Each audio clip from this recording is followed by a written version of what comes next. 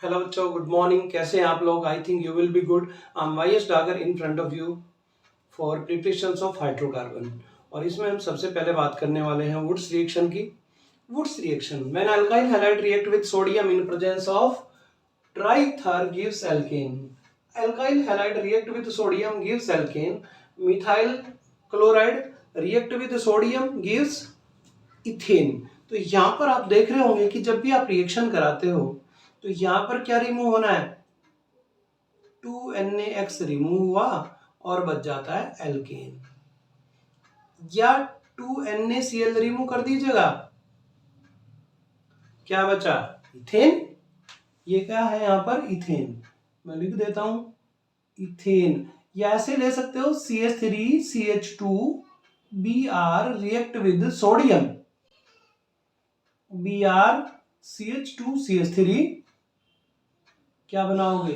CH3CH2CH2CH3 ये बन जाता है ब्यूटेन ड्राई थर की प्रेजेंस में। स्क्रीनशॉट ले लीजिएगा। चलें, स्क्रीनशॉट लेते हुए चलें आप। Note, current reactions not suitable for tertiary alkyl halide. यहाँ पर टर्शियरी अल्काइल हैलाइड से अच्छा प्रोडक्शन नहीं मिलता है एल्केन का वुड्स रिएक्शन में। यानी कि अगर हम मिथाइल ब्रोमाइड की इथाइल ब्रोमाइड के साथ रिएक्शन करते हैं या मिथाइल क्लोराइड की इथाइल क्लोराइड के साथ रिएक्शन करते हैं तो एक से ज्यादा प्रोडक्ट बनता है। देखो, ethane, butane, propane, ethene, methane और भी बहुत सारे प्रोडक्ट हाइड्रोजन वगैरह रिमूव बन जाते हैं। तो ऐसी रिएक्शंस में डिफरेंट अल्काइल हैलाइड होते हैं तो एक से ज्यादा प्रोडक्ट बनते हैं, यानी कि एल्केन का अच्छा प्रोडक्शन नहीं हो पाता। अब हम बात करते हैं मैकेनिज्म की। तो मैकेनिज्म डिपेंड करता है वुड्स रिएक्शन पे फ्री रेडिकल वाला, और फ्री रेडिकल बेस्ड होने के कारण ही एक से ज्यादा प्रोडक्ट बनाते हैं। तभी भी एक से ज्यादा प्रोडक्ट, क्योंकि free radical is more reactive, so they are react with each other to form product. तो यहां पर दिया हुआ है विया ऑर्गेनोमेटेलिक कंपाउंड, कार्ब धात्विक यौगिक द्वारा। तो C2H5Br react with sodium gives butane, और C2H5Br सोडियम के साथ रिएक्शन करता है तो बना देता है फ्री रेडिकल। C2H5 का फ्री रेडिकल बनाएगा जो कन्वर्ट होता है दूसरे फ्री रेडिकल के साथ रिएक्शन करके एल्केन बन, यानी कि ब्यूटेन में कन्वर्ट हो जाता है। इसके बाद है कोरे हाउस सिंथेसिस। सिंपल सा है, alkyl halide react with lithium CuI के साथ जब हम रिएक्शंस कराते हैं तो ये कन्वर्ट हो जाता है डाई एल्काइल लिथियम क्यूप्राइट, और which is react with alkyl halide converted to alkane, यानी कि प्रोपेन का फॉर्मेशन ये कर रहा है। ये ओड मेम्ब्रेन ऑफ एल्केन के लिए सुटेबल मेथड है, यानी कि अगर विषम कार्बन वाले कंपाउंड्स है तो वहां पर ये सुटेबल रहेगा। चलिए अब हम बात करते हैं next, by the action of acidic hydrogen. When Gr react with hydrogen, hydrogen से बात क्यों कर रहे हैं? क्योंकि जहां पर फ्री हाइड्रोजन होता है, चाहे वाटर में हो, चाहे वो एल्काइन में हो, चाहे अल्कोहल में हो, या कार्बोक्सिलिक एसिड में हो, किसी के साथ भी जब हम रिएक्शन कराते हैं तो एल्केन का फॉर्मेशन होता है। देखो किस तरीके से यहां पर दिया हुआ है, HOH, ROH, C6H5OH, alkane, amine, इन सब में जो Gr है रिएक्ट किसके साथ कर रहा है? ये वाटर के साथ, और वाटर के साथ रिएक्शन करके बना रहा है एल्केन। तो इन सभी कंडीशंस में एल्केन बनता है। Gr की रिएक्शन अल्कोहल के साथ कराएंगे तब भी एल्केन यानी कि मीथेन बनेगा। आप Gr की रिएक्शन, जैसे सपोज करो मैंने लिया CH3MgBr लिया यहाँ पर, और इसको रिएक्ट कराया CH ट्रिपल बॉन्ड CH के साथ, तो इतनी चीज तो रिमूव हो जाएगी, तो बचेगा क्या? CH4, मीथेन का फॉर्मेशन। तो मीथेन, इथेन, प्रोपेन, ब्यूटेन, किसी का भी फॉर्मेशन आप कर सकते हो यहाँ पर। क्लियर बच्चों? अब चलते हैं आगे। अल्कोहल, एल्डिहाइड, कीटोन और एसिड, ये सब रेड फास्फोरस के साथ जब इनको रिएक्ट कराते हैं, रेड फास्फोरस और HI दोनों का मिक्सचर होना चाहिए। अगर रेड फास्फोरस नहीं है तो एल्काइल आयोडाइड का फॉर्मेशन हो जाएगा, वहां पर एल्केन का फॉर्मेशन नहीं होगा। तो आप रिएक्शन कराते हो, alcohol react with HI gives alkane. तो क्या बन रहा है यहाँ पर? देखो एल्केन का फॉर्मेशन हो रहा है, RH क्या हुआ? एल्केन। तो एल्केन का फॉर्मेशन होता है। तो रेड फास्फोरस की उपस्थिति में और रेड फास्फोरस की प्रेजेंस में जब HI के साथ रिएक्शन करते हैं, alcohol, aldehyde, ketone, carboxylic acid, तो एल्केन का फॉर्मेशन होता है। क्लियर बच्चों?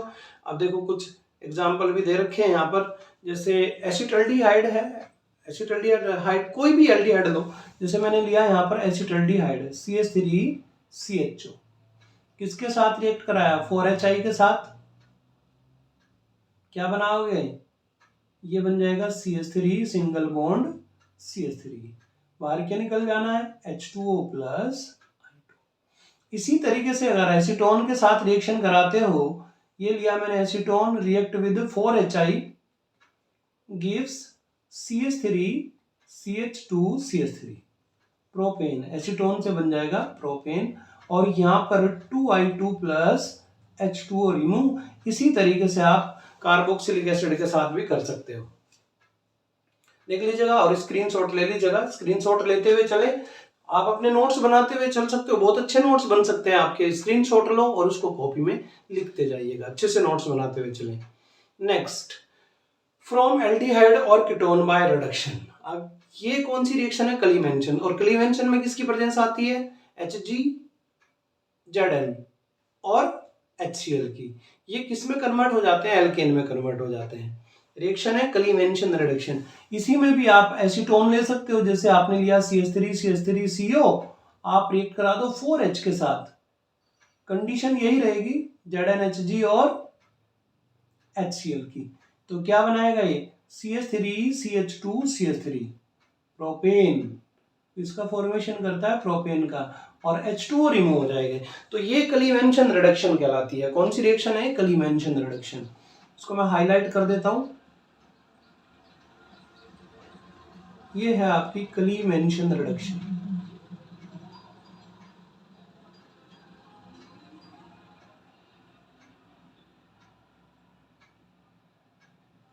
क्लीवेंशन रिडक्शन मोस्ट इक्वेशन है, इसलिए इसको मैंने कर दिया हाईलाइट। ये स्क्रीनशॉट ले लीजिएगा। ये एल्डिहाइड के साथ भी कर सकते हो, एल्डिहाइड के साथ रिएक्शन करेंगे तब भी एल्केन का फॉर्मेशन करेगी। नेक्स्ट है बच्चों, इसमें बात करते हैं हम next, by sodium salt of carboxylic acid. Carboxylic acid के साथ reactions. Carboxylic acid react with soda lime gives alkane. कोई भी like as RCONA react with NaOH in presence of CaO gives alkane. Alkane का formation करेगा ये। Sodium acetate या sodium propionate, यहाँ पर देखें इसमें से रिमूव हो जाता है बच्चों, इतनी चीज रिमूव हो जाएगी यहाँ से, और किसका कन्वर्ट? ये बन जाता है मीथेन। इसी तरीके से आप दूसरा एग्जांपल दे सकते हो, CH3CH2COONA react with NaOH in presence of CaO gives CH3 single bond CH3 plus Na2CO3, और ये बन जाता है इथेन। इसका नाम होता है sodium propionate. Sodium propionate. Sodium propionate के साथ जब भी आप रिएक्शन कराते हो सोडा लाइम के साथ, तो ये बन जाता है एथेन। और सोडियम एसिटेट के साथ रिएक्शन कराएं सोडा लाइम की, तो बन जाता है मीथेन। आगे चलते हैं। Next, Kolbe synthesis. कोल्बे का इलेक्ट्रोलिसिस कराते हैं तो एनोड पर हमको इथेन मिलता है। जैसे RCOONA किसमें कन्वर्ट हो जाएगा? RCO negative plus Na positive, और कैथोड पे और एनोड पे दोनों पे अलग अलग रिएक्शन होगी। आप इस पूरी रिएक्शंस को इस तरीके से भी कर सकते हो। देखो बच्चों कैसे, मैंने लिया CH3COOK पोटेशियम एसिटेट, इसका कराया electrolysis. 2CH3COO negative plus 2K positive, ये एनोड पे, और ये मिलता है हमको कैथोड पे। तो यहां पर C2H6 बनेगा और CO2 2CO2, एथेन का फॉर्मेशन हो जाता है, और यहां पर 2KOH प्लस H2 जब इसका कराते हैं हाइड्रोलाइसिस। तो जब इसका हाइड्रोलिसिस कराते हैं तो ये हमको मिल जाता है। क्लियर? अब यहाँ पर टोटल नंबर ऑफ गैसेस कितनी बनती है? अगर क्वेश्चन आए कोल्बे रिएक्शन में टोटल नंबर ऑफ गैसेस कितनी होती है, ये दे दिया यहाँ पर, ऑप्शन है A, B, C और D। 1 2 3 और 4, 1 2 3। देखो कैसे करेंगे। तो यहां पर ना बच्चों टोटल नंबर ऑफ गैसेस मिलती है हमको 3, इथेन गैस, हाइड्रोजन गैस और CO2 gas, carbon dioxide gas. तो टोटल नंबर ऑफ गैसेस कितनी मिलेगी यहाँ पर 3। देखिएगा टोटल नंबर ऑफ गैसेस कितनी होगी यहाँ पर 3 गैसेस होगी। स्क्रीनशॉट ले लें, आगे चलते हैं फिर। By the hydrolysis of aluminium carbide, when aluminium carbide react with water gives methane. और यहां पर देखो बच्चों एल्यूमिनियम कितने हैं 4, बैलेंस कर देते हैं इसको। यहां पर मैंने लिया 4, एल्यूमिनियम 4 है, हमने लिया एल्यूमिनियम 4। एक मिनट बच्चों, रुको, इसको थोड़ा ठीक कर लेते हैं। देखो यहाँ पर एल्यूमिनियम है 4, तो यहाँ पर मैंने लिया 4Al। कार्बन 3 है, मैंने लिया यहाँ पर कार्बन 3। 4 3 जा 12, 4 3 जा 12, 12 12 24, यानी कि यहाँ पर आ जाएगा 12 2 जा 24, यानी कि 3 मोल ऑफ CH4 बने। क्लियर बच्चों, 3 मोल ऑफ CH4। आगे चलते हैं next. By catalytic dehydrogenation, catalytic dehydrogenation करते हैं एडिशंस ऑफ एल्कीन। तो एल्कीन की जब रिडक्शन कराया जाता है इन प्रेजेंस ऑफ PD या फिर निकल, तो बन जाता है एल्केन, एल्केन का फॉर्मेशन हो जाता है। यहां पर देखने वाली बात यह है कि अगर सिस फॉर्म लिया है, देखो अगर हमने लिया यहाँ पर सिस फॉर्म तो मीजोफॉर्म बनती है, और अगर हम लेते हैं ट्रांसफॉर्म तो यहाँ पर मीजोफॉर्म नहीं बनती, हमको D और L फॉर्म मिलती है। दोनों में D और L फॉर्म का फॉर्मेशन होता है। अब बात करते हैं next, alkyne by reduction. Alkyne reduce in presence of निकल, प्लेटिनम, पैलेडियम, इनकी प्रेजेंस में जब भी रिड्यूस होते हैं तो बनता है एल्कीन, और एल्कीन किस में कन्वर्ट हो जाता है, एल्केन में कन्वर्ट हो जाता है। This reaction is known as Sabatier Senderens reaction. यहां पर दिया हुआ है देखो सेबेथियर-सैंडरसन रिएक्शन। इस रिएक्शंस में प्लेटिनम पैलेडियम का उपयोग किया जाता है और इसका साधारण अपचयन करने पर निकल का उपयोग होता है। इसे सेबेथियर-सैंडरसन रिएक्शंस कही जाती है। क्लियर, आगे चलते हैं नेक्स्ट। स्क्रीनशॉट ले लीजिएगा, स्क्रीनशॉट जरूर लें आप इन सब के, अगर नोट्स बना रहे हो अच्छे से। अब ये थी प्रिपरेशन, और प्रिपरेशन फिनिश होने के बाद अब बचता है हमारा क्वेश्चन आंसर। तो क्वेश्चन आंसर की बात करें, क्वेश्चन किस तरीके के बनते हैं, एक दो ऑब्जेक्टिव टाइप का, एक दो डिस्क्रिप्टिव टाइप का क्वेश्चंस मैंने इंक्लूड किया है इसमें, तो एक बार देख लीजिएगा आप। If 2 mole of isopropyl chloride react with sodium, if 2 mole of isopropyl chloride react with sodium in presence of dry ether gives, किसका फॉर्मेशन करेगा, तो ये बनाएगा 2,3-डाइमिथाइल ब्यूटेन। क्या बनाएगा ये 2,3-डाइमिथाइल ब्यूटेन।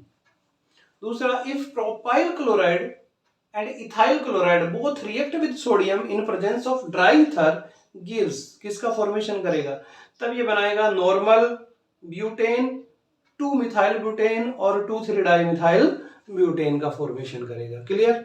अब हम नेक्स्ट क्वेश्चन की बात करते हैं, question number 3, which of the following compound does not obtain from Wurtz reaction. तो वुड्स रिएक्शन में कौन से कंपाउंड का फॉर्मेशन होता है, वुड्स रिएक्शन में जो आइसो या नियो कंपाउंड होते हैं वो कोई भी फॉर्मेशन नहीं करते। यानी कि यहाँ पर ये देखो नियो तो नहीं है कोई, हाँ नियो दिया हुआ है, सी ऑप्शन में नियो है, इसका मतलब ये ही ऑप्शन करेक्ट है यहाँ पर। आगे चलते हैं नेक्स्ट क्वेश्चन की तरफ।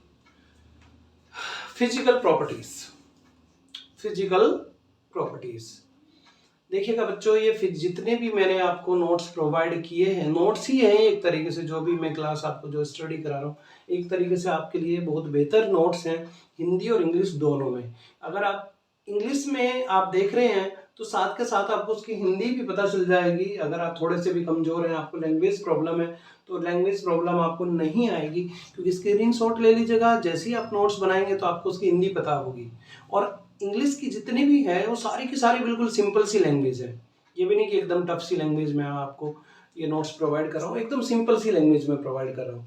तो पहला क्या है, alkane are colourless, odourless, tasteless gas, liquid और सॉलिड।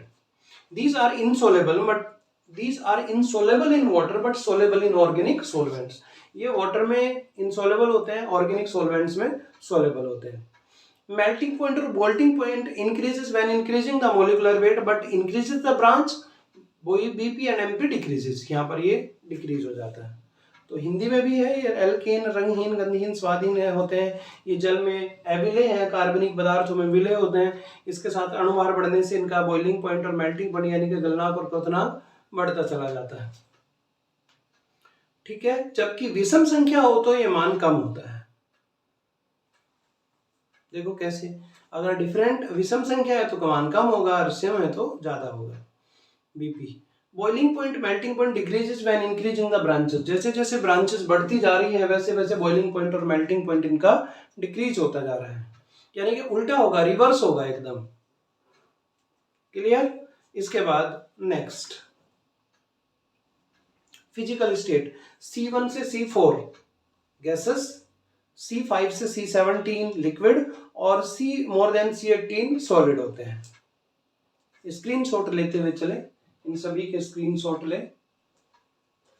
क्लियर बच्चों, ये थी फिजिकल स्टेट। अब बचता है केमिकल प्रॉपर्टीज, और केमिकल प्रॉपर्टीज की बात करेंगे हम नेक्स्ट वीडियो में। तो आज की क्लास यहीं तक। Okay, tata, bye bye, take care.